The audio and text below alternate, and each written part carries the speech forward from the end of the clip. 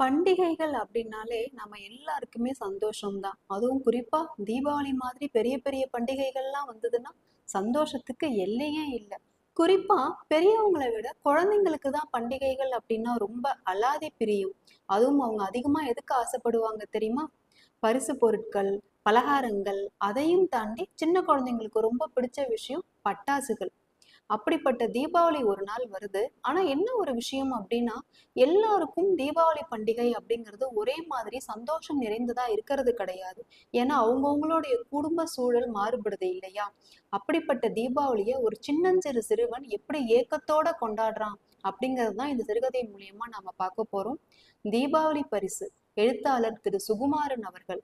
இது கக்கன் கதை நேரம். நான் அருணா. முருகன் பட்டாசு கடையை ரொம்ப அப்படியே ஏக்கத்தோட பார்த்துட்டு இருக்கான். கொஞ்ச நேரம் பொறுத்து அந்த பட்டாசுக்காரர், என்னடா என்ன பார்த்துட்டு இருக்க இங்க அப்படின்னு கேக்குறாரு. ஒண்ணும் இல்லைண்ணே, நான் சும்மா பட்டாசை தான் வேடிக்கை பாக்குறேன் அப்படின்னு சொல்றான். சரின்ட்டு அவர் கொஞ்ச நேரம் எதுவும் கண்டுக்காம விட்டுடுறாரு. அங்க பட்டாசு வியாபாரம் ஜரூரா நடந்துட்டு இருக்கு. ஒரு 2 நிமிஷம் கழிச்சு பாத்தீங்கன்னா ஒரு மத்தாப்பு டப்பா கீழே விழுந்துருது. அந்த மத்தாப்பு டப்பாவை ரொம்ப நேர்மையா அந்த பட்டாசு கடைக்காரர்கிட்டயே எடுத்து கொடுத்துடுறாரு. அண்ணா, அந்த 2 மத்தாப்பு டப்பா கீழே விழுந்துருச்சு, இந்தாங்க அண்ணன் வாங்கிக்கோங்க அப்படின்னு. டேய் திருட்டு பயலே, என்னடா வேற ஏதாவது சைட்ல எடுத்து பாக்கெட்ல வச்சிருக்கியா? திருடலான்னு பாக்குறியா அப்படிங்கிறாரு. அவனுக்கு என்னமோ மாறி போயிடுது. அவன் சிறுவனா இருந்தாலும் அவனும் ஒரு 10 வயசு தாண்டின பாலகன் தானே. அவனுக்கு என்னமோ மாதிரி ஆயிடுது. சரசரன்னு அங்க நிக்காம விடு விடுன்னு நடந்து அவன் பாட்டுக்கு வீட்டுக்கு வந்துகிட்டே இருக்கான். வீட்டுக்கு வர வழியில பாத்தீங்கன்னா அடுத்த தெருவுல ஒரு 500 மீட்டர் சடபுடாவை 5 நிமிஷத்துல வெடிச்சு முடிச்சிடுறாங்க. அங்க அந்த வெடிக்காத வெடிகள்லாம் இருந்ததுன்னா சின்ன குழந்தைங்க சில பேர் எடுப்பாங்க தெரியுமா? இவன் அதே மாதிரி அந்த வெடிக்காத வெடிகளா பார்த்து பொறுக்கிக்கிட்டே இருக்கான். அந்த வீட்டோட உரிமையாளரும் அவனை சத்தம் போடுறாரு. என்னடா இங்க திருடிக்கிட்டு இருக்க அப்படின்னு. ஒன்னும் இல்ல சார், வெடிக்காத வெடியை தான் சார் எடுக்கிறேன். ஓடுறியா இல்ல எங்க வீட்டுல இருக்கிற நாய் அவுத்து விடவா அப்படிங்கிறாரு. அவனுக்கு ரொம்ப அப்படியே ஒரு மாதிரி ஆயிடுது. சரின்ட்டு எதுவுமே பேசாம கண்கள் ஃபுல்லா அப்படியே கண்ணீரோட அவன் பாட்டுக்கு நடந்து வீட்டுக்கு போயிட்டே இருக்கான். அதே மாதிரி வீட்டுக்கு போற வழியில பாத்தீங்கன்னா இன்னும் ஒரு 4, 5 வெடிக்காத வெடி இருக்கு. அதையும் எடுத்து தான் பாக்கெட்ல போட்டுக்கிட்டு போறான். அவங்க அம்மா அப்பதான் வீட்டு வேலை செஞ்சுட்டு அசதியா படுத்திருக்காங்க. அவங்க அம்மா கிட்ட கேக்குறான், எம்மா எம்மா எனக்கு எப்பம்மா பட்டாசெல்லாம் வாங்கி தருவ? எல்லாரும் வாங்கி வெடிக்க ஆரம்பிச்சிட்டாங்கம்மா அப்படின்னு. அதுக்கு அவங்க அம்மா சொல்றாங்க, பட்டாசு வாங்குற நிலைமையிலயா நம்ம இருக்கோம்? அடுத்த நாள் சோத்துக்கு வழி வந்தா போதும். நானே நாளைய பொழப்ப எப்படிரா ஓட்டுறது? மல்லிகைக்காரு, பால்காரு எல்லாரும் நம்மள்ட்ட காசு கேட்பாங்க. இதுக்கெல்லாம் எப்படி பதில் சொல்றதுன்னு தெரியாம மூழ்கிட்டு இருக்கேன். இப்போ உனக்கு பட்டாசு கேக்குதா? பட்டாசு அப்படின்னு சத்தம் போடுறாங்க. ஆனா அவங்க அம்மா சத்தம் போட்டாலும் மனசுக்குள்ள அவங்களுக்கு பயங்கர குமுறலா இருக்கு. ஏன்னா போன வருஷம் இந்நேரம் ஒரு வாரம் முன்னாடி நடந்த ஒரு எதிர்பாராத விபத்துலதான் முருகனுடைய அப்பா இறந்து போயிடுறாரு. அவங்க அப்பா மட்டும் இருந்திருந்தா பிள்ளைய இப்படி தவிக்க விட்டுருக்க மாட்டாங்கல்ல அப்படிங்கிற ஏக்கமும் அவங்க அம்மா கிட்ட இருக்கு. ஆனா பையன் கிட்ட காமிச்சிக்க முடியல. அவங்களுடைய வறுமை நிலை அப்படி. கொஞ்ச நேரம் பொறுத்து, நீ இப்ப பார்த்தாலும் இப்படியேதாம்மா ஏதாவது என்ன சொல்லிக்கிட்டே இருப்ப அப்படின்னு அப்படியே உட்கார்ந்துடுறான். பழையது எடுத்து போடுறேன், சாப்பிடு அப்படின்னு சொல்றாங்க அவங்க அம்மா. எனக்கு அதெல்லாம் எதுவும் வேண்டாம், எனக்கு பட்டாசு தான் வேணும் அப்படிங்கிறான். அடுத்த வார்த்தை ஏதாவது பேசுன தொடப்ப கட்டையாலேயே பிச்சு எடுத்துருவேன் உன்னை, சாப்பிடுறியா என்ன அப்படின்னு அவங்க அம்மா கேக்குறாங்க அதட்டல் தோணியில. எதுவுமே சொல்லாம அப்படியே நின்றுகிட்டே இருக்கான். ஒரு 5 நிமிஷம் கழிச்சு எதிர்த்த வீடான பிரபு அப்படிங்கிற பையன் வீட்டுக்கு அவன் போயிடுறான். பிரபுவும் இவனும் பாத்தீங்கன்னா ஒரே ஸ்கூல்ல ஒரே பள்ளியில தான் படிக்கிறாங்க. 2 பேரும் நல்ல நண்பர்கள் தான். முருகனை பார்த்த உடனே பிரபு, ஏய் வாடா நம்ம 2 பேரும் சேர்ந்து பட்டாசு வெடிக்கலாமா? ஏன்னா குழந்தைங்க மனசுல எப்போதுமே எதுவும் இருக்காது இல்லையா? சேர்ந்து பட்டாசு வெடிக்கலாமா அப்படின்னு கூப்பிடுறான். பிரபுக்கு என்ன பேரு அப்படின்னா ஸ்கூல்ல பயந்தாங்குழி அப்படின்னு பேரு. அவனுக்கு பேரே பயந்தாங்குழி பிரபு தான்.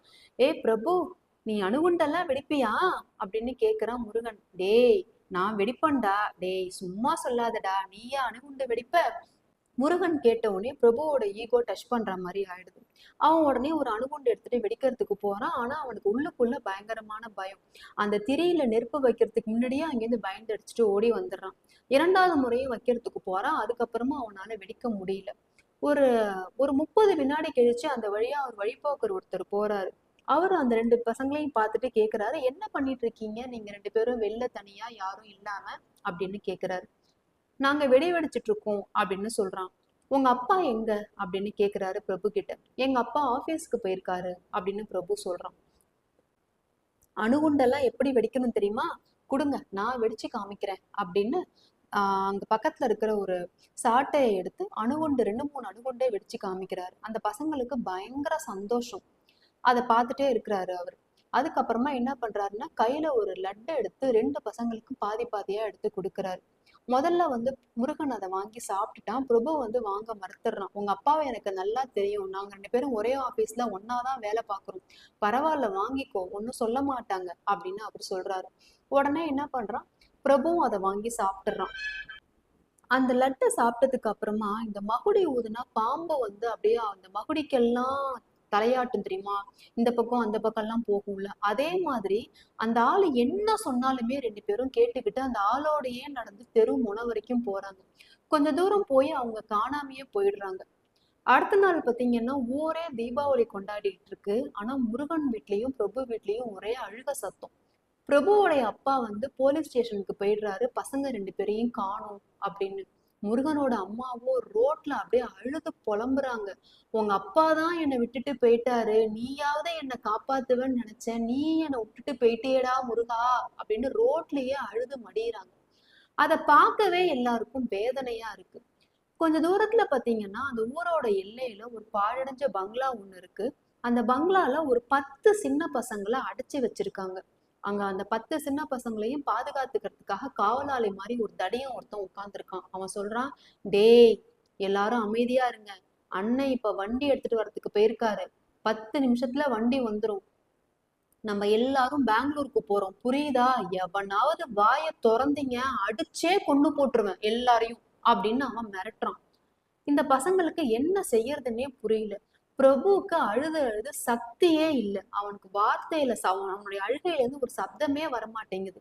முருகன் கிட்ட மட்டும் கெஞ்சுறான், முருகா நம்ம எப்படியாவது இவங்கள்ட்ட இருந்து தப்பிச்சுன்னு முருகா, ஏதாவது ஒரு வழி சொல்ல அப்படின்னு அவன் கெஞ்சுறான்.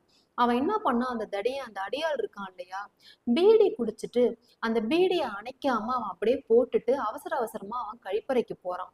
முருகன் என்ன செய்யறான், அந்த பீடி துண்டை எடுத்து தன் பாக்கெட்ல வெடிக்காத வெடியெல்லாம் வச்சிருந்தான்ல, அதுல அந்த பீடி துண்டு மூலியமா அதை பத்த வச்சு ஜன்னல் வழியா போய் பாக்குறான்.